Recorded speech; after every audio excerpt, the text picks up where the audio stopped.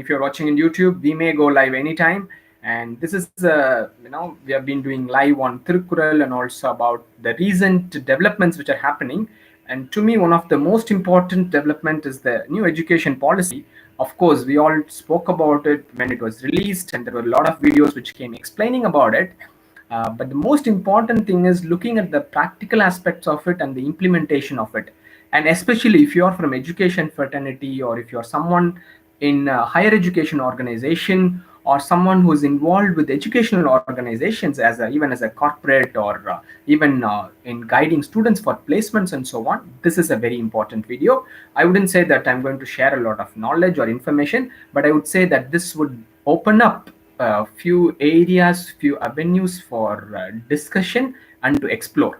And I'm going to put it in the perspective of a student, and also a perspective of someone who can help students in utilizing some of, especially we are going to discuss about one aspect, which is about the 1 year sabbatical students can take. Sabbatical is 1 year break a student can take out from education. So that's what we are going to explore here. So some of you might be watching this after the recording, so but I think this will give us uh, some platform to discuss and see if some solutions can come up, because there is a real danger and there is a real boon in this. 1 year, a student can take 1 year break and then rejoin. That's a sabbatical. That's what is a sabbatical.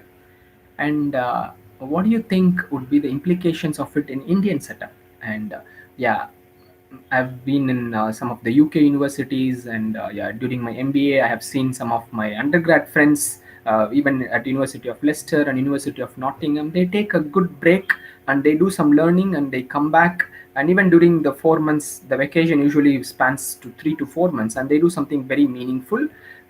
It all varies. But coming to Indian setup, so Indian education setup as of now is a more towards guiding the students in all aspects. They don't get to have decision making freedom at all levels. So nowadays it's coming up. Otherwise, most of the time decisions are taken for them from their younger age and from choosing their studies and so on.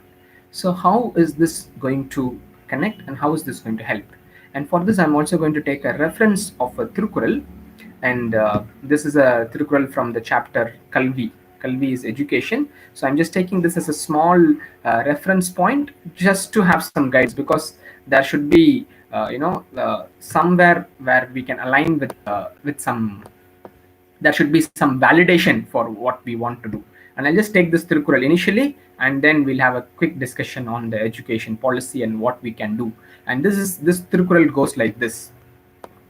And this basically gives the importance of how education should come for, should help someone in the whole life. And this is Tirukkural number 398. It says, ஒருமைக்கண் தான் கற்ற கல்வி ஒருவருக்கு எளிமையும் ஏமாப்புடைத்து. Which means if someone has learned something for one time, it should come along with him for births together. They usually say 7 births, which means if you have learned something in your life, that should help.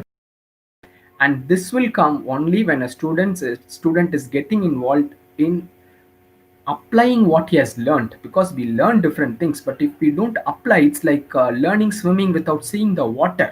So it's like if a student has learned swimming, he has to go to the swimming pool, he has to really understand the difficulty and then implement. Similarly, if a student has learned some, say even a mechanical engineering student for something, if he has learned something, he has to go to the industry or even a nearby workshop, do something and understand how it is applied practically. And if it is computer science students, they could develop some small softwares and then see how it is practically applied. And especially if students have undergone for 2 years of education, they are now capable of developing something by their own self.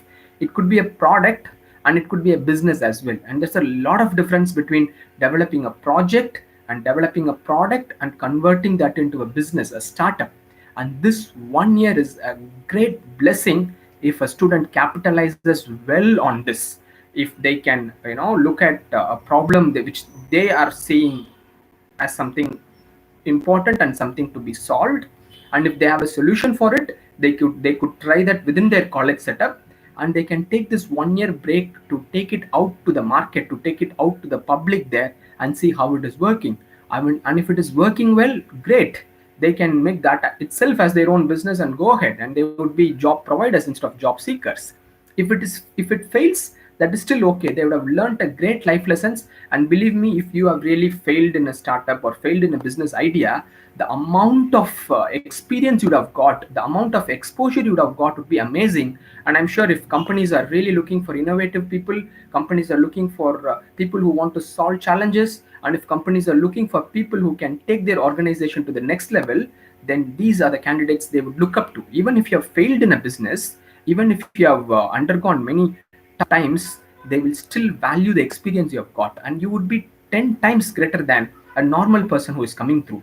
So if you are a student, I don't know if you have really read through the education policy. Even I have not read to it completely, but I have kind of seen that from different websites. I've seen different presentations about it, and I fairly understood the essence of it.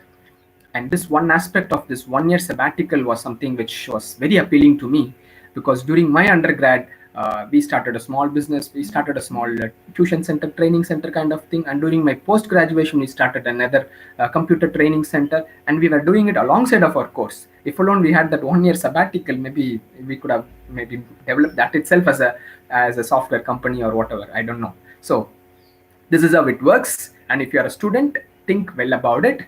And if you're someone from an organization, look for systems and process that can help students to fit in this. And even when it comes to accreditation and getting the rankings, these things are going to be very helpful, and this will keep the organization way ahead of others. But this needs very meticulous planning from now on. So 2020 is already, it's going on.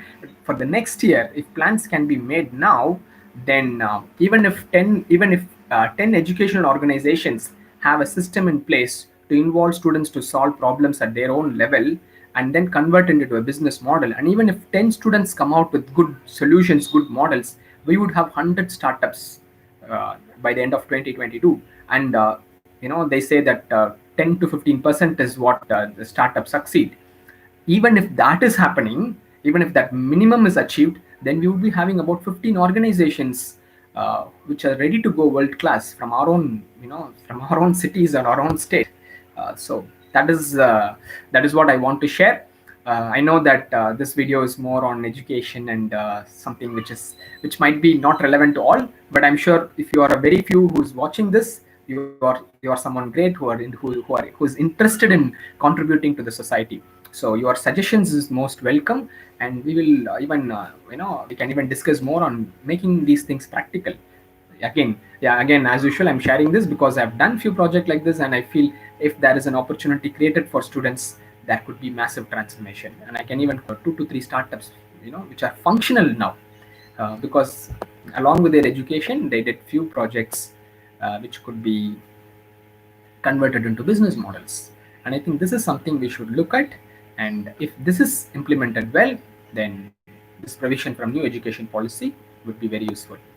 Thank you for watching the live. And we had a live, and we also had one Tirukural, and that is Tirukural number 398, which said, Oruvar Orumaikkan Than Katra Kalvi Oruvarukku Elumayum Ema Pudaithu. So once if someone has learned something, that should come with them for lifetime, and that will happen if you implement things in a practical level. And maybe this new education policy may give an opportunity for that. Have a nice day. This is Ram Kumar signing off. Bye bye.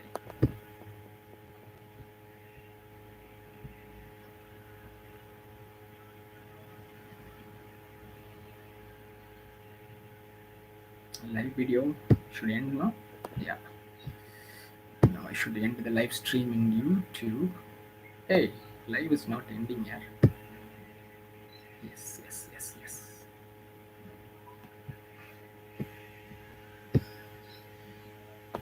Sorry guys, if you're watching in YouTube, it would have gone for a few minutes. So